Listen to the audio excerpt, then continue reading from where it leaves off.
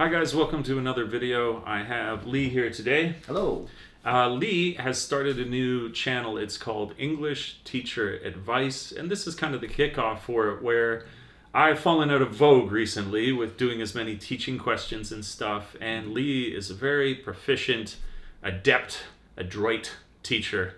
And so if you guys are interested in things like materials, how-tos, any of that kind of stuff with coming over to teach in Japan, this is the man direct your questions to, and has joined me here today to do the AMA for teaching in Japan. So I'll put all that stuff in the file end tag and down in the description below, but make use. He's a far better teacher than myself. I have no issue saying that.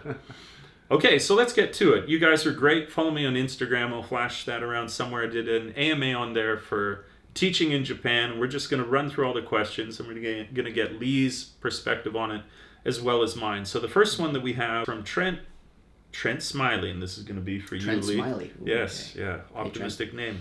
How long did it take you to get accustomed to the job itself? I mean, I quite enjoyed it right from the get-go. It was really fun. I mean, it depends. I mean, obviously when I started, I wasn't so good, and as it went on, I got better and better and better. Yeah. Probably after about a year, I was a lot more confident. Yes. But even then, it's like subjective as to how good I was. Yeah. You know, like I'm much better now than I was back then. But in terms of comfort, I'm like very much like you. I was excited right away. Especially Lee is, as I would describe, a superior teacher. But when you go to junior high school, and if you're just trying to do your job and you're getting your feet wet for the first time, there's very little for you to do aside from to be a tape recorder. So if you're simply being agreeable and chatting with everyone, it's almost impossible to screw your job up. I mean, if you hadn't lived in Japan before, like if you just come straight from your home country and gone straight into a school, it will definitely take you time to adjust because you're going to go through the culture shock. You're going to feel like all the teachers are ignoring you because junior high school teachers are ridiculously busy. Yeah, you know, you'll be sitting in the teacher's room and they'll all disappear and you'll think, where have they all gone? And they've all gone to the sports hall to do something and no one's told you, and you're going to feel like, oh, well, everyone hates me. But yeah. I mean, that is actually the number one complaint of like brand new junior high school ATs that I've being heard. left behind. Yes, of this kind of feeling that everyone hates them and ignores them. Oh, because wow, okay. no one tells them about anything. Interesting. Because of course it's Japan and everyone has the job. Yeah. Everyone has their own job, right? So right. It's like, whose job is it to tell the AET we're going to the sports hall? Right. Not unassigned. Unassigned. Okay. Next one. Hi, Dave. This is from Find Your Now. I wondered, is it easy to get a teaching job on a working holiday visa, like a part-time one? I know definitely that people come over. I've known a few people who've done this, where they come over on the working holiday visa, and then depending on your qualifications, it would not be that difficult at all to get a teaching job here. Now, if you have no degree and no experience or anything, then I think it would be hard to get a job anywhere in the world. But I think, no, a lot of people do this, and there's a lot more attractive jobs potentially if you're already here. And it's more the case that if you're not, you have to go through these very predictable large dispatch companies. So it has its own element of risk that you've got to be here and you've got to get that done in a certain period of time, but it does have its benefits as well. And I mean, the thing is, like, no dispatch company will employ you unless you commit to a year's contract. No one's gonna put you in a public school for like 3 months. No, that's true. You know, I mean, if they do, then okay, it's not a very reputable dispatch company. You know, be suspicious of that. Yeah, that's a bit suspicious. Yeah. Like, but most companies like this, they want people who are going to commit to at least a year, because if they just put people in there and then they leave after like a couple of months, then the teachers are going to get really annoyed. They're going to complain to the Board of Education. The Board of Education is going to come to you and say, why are you giving us these people who are quitting after 3 months? Yes, definitely. You know, because the teachers, they want stability. Yeah. For the students' sake and for their own sake as well. Because when a new person comes, you don't have to tell them how everything runs in the school. Yeah. So if you're gonna come for like a year, then yeah, you can maybe find a job. If you have a degree, you really need a degree to work in a public school. Yeah. I think that's unnegotiable. The public system requires a degree. Yeah. Well, I mean, to get a job as an English teacher, to get the working visa, you have to have a degree. To get the working visa. You can Peppy Kids Club hires people without degrees. But to get the visa, though, technically you have to have a degree. Maybe they might, Okay. adjust it. There's greatness. Okay. Yes, there's greatness there. Yeah, but Okay. by the book, if you're going to have the instructor degree, you should have a degree in a university. That's the difference. Is the instructor visa? Yes, for an instructor visa, you need to have a degree, but they have an arts and humanities visa, which can work for being hired for an eikaiwa. And that's just Nandamui. Yeah. It's so. But yeah, if you want to work in the public school system, if you ever wanted to be a jet, for example, then you would need that. Okay, next. This is yours. Okay, doing a language school. Okay. And then applying to teaching a job is better or directly applying? Okay. So decipher. Yes, what I think this is talking about is working for a dispatch company. Yeah. And then going into not a dispatch company, sorry, working for an eikaiwa school. The private school, yeah. And then going into public school. Right. Yes. Totally doable. Yes. Yes, you can absolutely do this. Yes. All right. And it just depends on your working hours, because eikaiwas are usually going to have you working in evenings and on weekends. Yeah. And the public school is going to have you working weekdays. Right, Monday to Friday. Yeah. Yep. So as long as you're cool with that, yes. As long as you're cool with the switch of lifestyle and things like that, that's fine. I mean, direct hire jobs are a lot harder to find than eikaiwa jobs. Oh yeah. A lot harder to find. But very desirable. Yes. Yes. Okay. Yeah, totally doable. All right, next one. Moving along. We do have a lot, so we'll keep it spicy. Keep it moving. All right. Keep it moving. How much will the average ALS? I'm assuming this is assistant language teacher be able to save per month? That's an interesting question. I've known people who live with like a strict monk lifestyle, and they've been able to save somewhere near $1,000 a month, but they live like a monk. Like they were vegetarian. They ate very little rice, peanuts. They ate like a bird. The very definition of. Except for the rice. But then it depends, like a lot of people, I would say, who come here, most popularly are coming here almost as a kind of working vacation. And so if you come here on a working vacation mentality, then you're going to be out, you're going to party, and cheap as drink, all your money's going to go. Go. It will evaporate quickly. So you are the master of your destiny in this sense. And the thing that I would encourage people from this question is to not necessarily take others' experiences as your own. That's the pitfall, is to think because this person saved, to assume that it'll be easy for you. It's really about, you got to assess your spending habit, because that's what's going to dictate the result. And I mean, the ultimate cop-out is it's going to depend where you live. Because if you're living in Tokyo, you're going to spend a lot of money than if you're living out in like some little mountain town. Yeah. Because just traveling around, all the shops are going to be more expensive. Your rent's going to be more expensive. Yeah. Everything is going to be more expensive in a big city than out of the sticks. Oh, and if you want to even use the word temptation, like you're forcefully saving out in the countryside, because you're like, well, I guess I'll go kick the molehill today. Yeah. Whereas you could be, doing solo karaoke every night, and that'll run down your wallet. Okay, next. Do you think Japan is a good place for a first timer, or should we start in another country? I think that's an interesting question. Well, I don't know why other countries would be easier.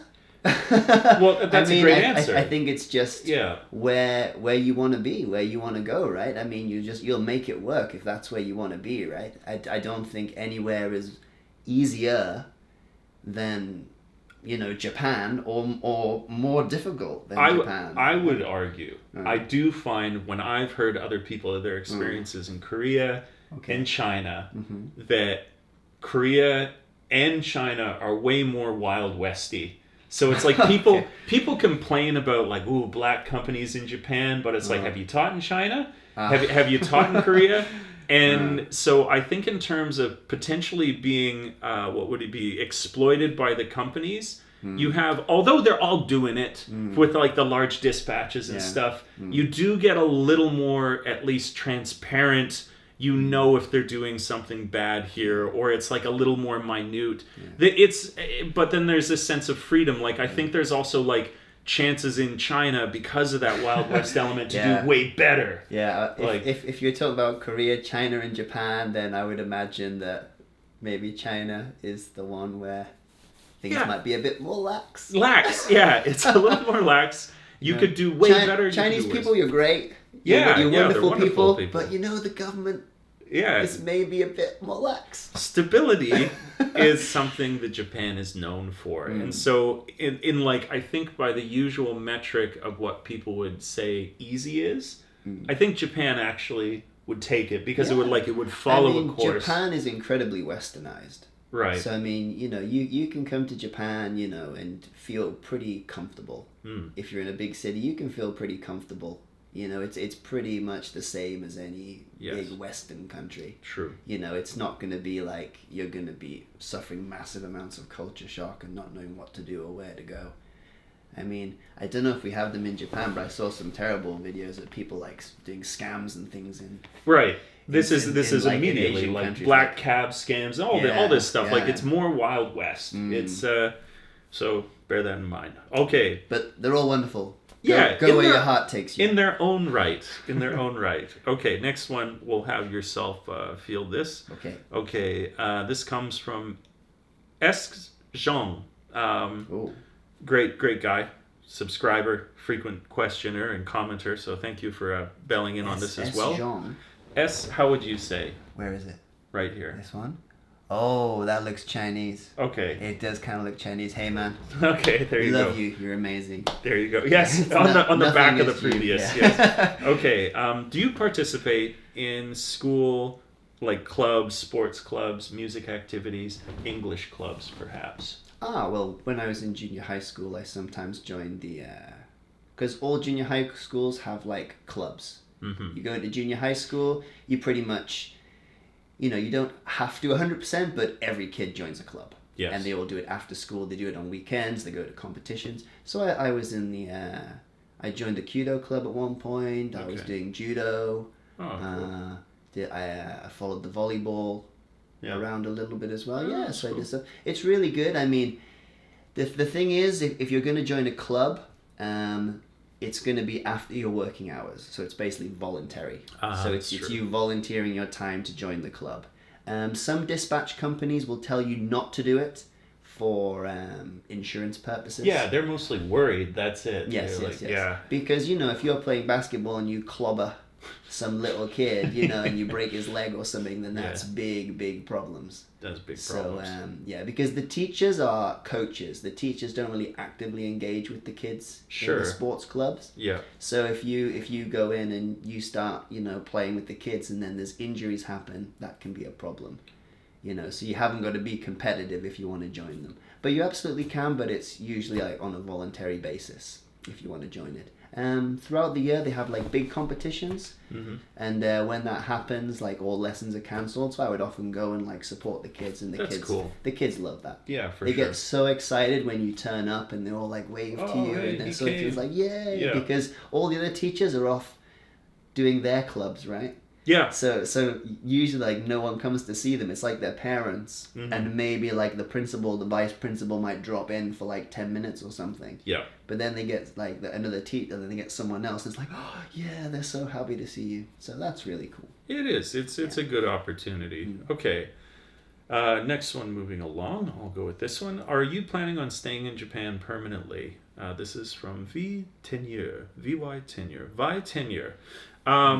I would say for the time being, I've talked about this before, that maybe I'd enjoy greater flexibility. Like I'd enjoy spending a little more time between different countries. Like if I could go back to Canada a bit more. But essentially, I have opportunities in Japan that I would not have if I were to return and live in Canada. Most primarily, I love the challenge of the language, but then now it's become wound up in the sort of things that I do creatively as well. And there's so much of the country to explore. He has a house and a family. I do have a house. So yes. he's fairly invested. Yes. We'll move on from there. Yeah. Okay. Next one for you, sir. Yes. Is it true that the Japanese government is making ALTs the main teacher and the JLPTs their assistant? No. Okay, well, moving on to the next question. That's an easy one. We just No. want to expand on that just a little. All right, sure. So, the main thing that we are being told is that the government is pushing that the elementary school teachers be the main teacher in class. Yeah. And we should support them as Yes. as the assistant language teacher. But it's supposed to be that the homeroom teacher is the main teacher. Yes. And that brings all sorts of problems because most of them can't speak English. Yeah, this is mostly the issue in elementary school, because in junior high you get a lot of good teachers. They can speak English, they do well, but in elementary school, as Lee describes, it's not the case, and we end up primarily leading the classes. And they know this. It's not like some dark secret, but they're definitely trying to get a little more. And the teachers love that. Yeah. The teachers love that we take that off their hands. They are so happy.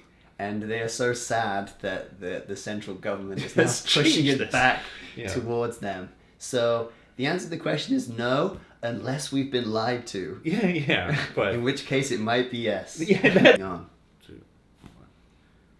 Okay, next question is... Okay, this is a good one, I think. And I will field this, but this is a good back and forth. I'm going to have a drink. Okay, cool. So how much time is really spent desk warming, and what can you do during that time? So that is a great question. And if you were in junior high school, basically what I would say that in junior high school, unless you are proactive, you could end up warming a desk a lot. A lot is left to you to kind of dictate how much you're going to help, because they only need you so much. But if you're proactive and you're like, hey, here's an idea for an exercise. Hey, here's a worksheet. They'll love that. Just in the same way that in elementary school, they love that you're able to ease their workload. When you get into elementary school, there's not a lot of warming any desks, because you have, especially like this year, we've had all our classes increased. Yes. And so there's no time for it. You really do have to plan and stay ahead of everything. Or the desk is cold. Yeah, the desk is very cold. It misses us. So it's evolving, and it's dependent on the school that you attend. Is there anything else you want to add to that? No, you're spot on, man. Like Okay. it depends on the school. Yeah. Like some schools, they'll have you going to every lesson they can possibly get you going to. And some schools will say, well, if you're not going to do anything, we're not going to have you go. Yeah. You might get put out in the sticks in a school that has like 80 kids in it. You know, and there's like 4 English classes a week or something like this, you know. Or you could be in a big city and just be like never in the teacher's room. Right. So it's that horrible cop-out answer of it depends on where the you school. are. For argument's sake, though, let's just say how many. No, there's nothing. We're not blowing the top off some conspiracy here. How many classes do you have a week? I have anywhere from 13 to 20 a week. Okay, so there you go. Right, like if you're anywhere between there, if you were not to plan, if you were not to be proactive, then you're going to, if you so much as dip a pinky into being lazy, you're going to find yourself in a class with nothing to do for that day, and it's going to be really embarrassing. So you need to be working hard. All right, as for the length of this video, we're only going to do one more, and we've only made it about halfway through the questions today. So the plan is we'll do another Ask Me Anything. We'll do another AMA next week to conclude these questions. And as well, if you'd like to follow me on my Instagram, which all these questions have been taken from, if you follow me there, I'll do another notification of, hey, more AMA questions, ask me the question, and then we should be able to get to more, the ones that haven't been completed and the new ones that people are asking. So this is a cool, not directly related to teaching, but a cool question about language, which is simply, this is from Mark Cummins. And he says, how do you stay motivated while learning Japanese? I can never stick with it. What's your thoughts? Well, my wife is Japanese, so cheater. Yeah, so I get to practice with my wife every day, whether you like it or not. And I mean, because I'm living in Japan, I'm just passively learning Japanese all the time. I mean, I'm quite, if I'm honest, I'm quite lazy. Okay. With my Japanese, like I don't really study. Did you? I did. Okay. Yes, I studied when I was in England, I did like night school in Japanese. Right. And then when I first came here, I studied like hiragana and katakana, and I studied kanji like a madman. Okay, so this is the point I wanted to make for Lee, because this is something I think that is interesting for people who learn, and this isn't directly answering the whole, like, I can't stick with it, but this is something that I've found that you need to overcome, where even the top level learners, it seems to be actually, as you learn more, that it gets harder to learn, but not in the way that you'd expect, in that it would become more difficult, but harder in the way that you can now do enough that next level of urgency. Yes. Because Lee can speak Japanese. That's the thing I wanted to make, so we don't get the hate in the comments like, how dare you live it, I was like, I can feel the wave of misunderstanding, but that's what it is, where I know my girlfriend, she even feels a little bit complacent, and she's a native speaker. There's like a question of studying is always like honing your ability, and that can be at whatever level that you're at. And of course, I think it has greatest priority when, well, you can basically function, right? You go out, you can talk to. He's helped me buy a car before. He's like done all that stuff. Yeah, I mean, it's I'm at a level where I'm comfortable in my job. Like Right. I can be in school, and I can chat with my principal. I can chat with all the teachers. I can tell them our entire lesson plan completely in Japanese, and answer their questions in Japanese. Right. Can I read anything? Not really. It's hard. Yeah, the kanji is hard. I get a lot of notices on my desks that I just kind of scan through and like look for keywords and Yes. like, oh, okay, interesting, because I know the keywords, I know like set phrases to that be I can able look to for, get it out. So I get the gist of it, but I can't read it per se, But as you say, because I'm not like I haven't got a goal that specifically demands that I raise my Japanese level. I'm not really so motivated to do it. So maybe there, I think we could arrive at the way that you can is it's as simple as set small goals, set big goals. But if you set some kind of goal that keeps you on a path, and that can be for someone who's at any level. It could be for the person like Lee. He's like, maybe has like each well, I mean, you're always talking to your wife in Japanese, so like he almost has like unmentioned goals where he's maintaining at least his Japanese because he has consistent practice at home. What you could do is say, I'm going to teach myself at least 10 kanji a week. I find that it's in setting goals and having some sort of purposeful direction that allows you to keep going. Whereas if it becomes this kind of amorphous blob of, I'm generally trying to improve, it's really easy to let that go and not realize it. Whereas if you had a goal, then when you're not working on it, you know that you're not proceeding towards it. So that's what I would suggest. And it's definitely harder to learn Japanese if you don't live in Japan. Like kanji. I mean, if you're going to try and learn like to read Japanese and you're not living in Japan, I mean, that is a big task to take on yourself. It is. Because like one of the things I keep in my head is if I take my kids back to England, their Japanese is going to tank their reading and writing, because when you're walking around, you're seeing Japanese, like you're seeing kanji in context all the time, and you're just taking it in passively. Yes. Just to study it only from a book, I can imagine like it is so hard, so difficult, and just because the amount of information you have to take in is overwhelming. It is. So good luck to you who attempt that. Good luck, good sir. Outside of the country. But there you go, guys. We're going to wrap up the AMA there. If you are interested, as I said, in any kind of teaching materials, ideas on teaching theory, Lee has all of that in a link at the bottom of all his videos. So say you've even arrived in Japan and you're like, oh, I don't have a good warm-up activity. He's putting all of that stuff out there for free because he's trying to help people who are doing what we're doing here. And also, sharing the wealth. If you want to ask some questions about teaching, I'm happy to answer them. But I would now defer to the great Lee that if you have any questions, we'll put his contact email down below for his channel as well. And whether it's they'll answer. You should answer all the questions. If I ever see another question about work visas, it's all to you. No, I'm sure Lee's going to be happy to help. He's helped me a ton, and I think it's really good for the channel. So thank you very much for watching. All the links and everything afterwards. I mentioned about the Instagram if you want to get your questions answered in the AMA next week. But for now, thanks for watching. We'll catch you in the next vid. Okay.